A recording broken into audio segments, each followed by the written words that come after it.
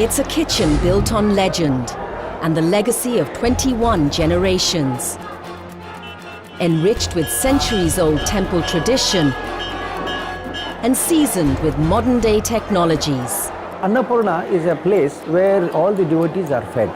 So we feed them with great respect and honor so that they are satisfied. It's where folklore, faith and family values blend together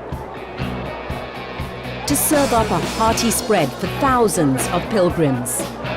Today we are expecting around 1 lakh people. Now, in the dazzling annual Laksha Deepotsava festival, the kitchen must whip up a spectacular meal and rise to the occasion as one of India's temple-run mega kitchens. This is Dharmasthala's Annapurna.